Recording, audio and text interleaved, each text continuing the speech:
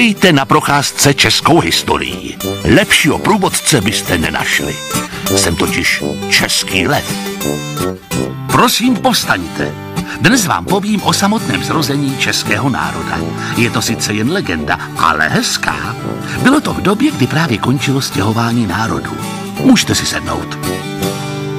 Slované, vedeni svými praotci, si moudře počkali na shromaždišti mezi Vyslou a Dněstrem, až bude v Evropě konečně klid.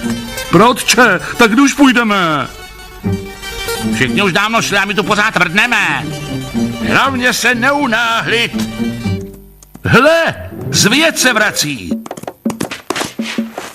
Všichni jsou už hrozně utahaný. Můžeme. Tož vzhůru, Slované!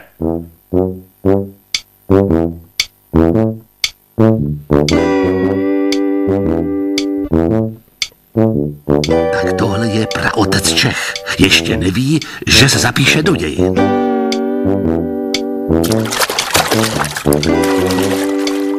Praotče, a kdy tam už budem? Praotče, a nebude tam moc foukat. Praotče, a nebude tam moc draho. Mlčte a pochorujte.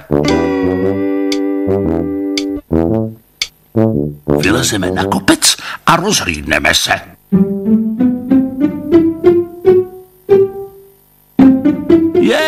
Pojďme k moři.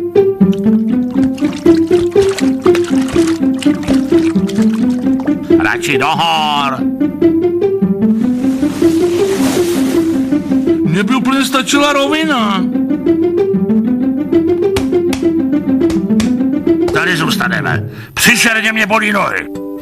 Praotec Čech tím mínil, že toto je ta země zaslíbená, mlékem a strdím oplývající. To bychom to tu měli pojmenovat po tobě, praotče. Čechy. Kdo je pro? No to je dobrý nápad. Vždyť jsme všichni Češi.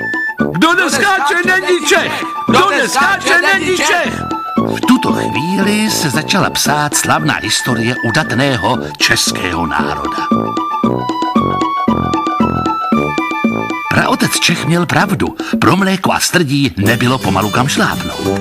Jen jak si zapomněl dodat, že tato země bude brzy oplývat i avary. To už ale nebyla legenda.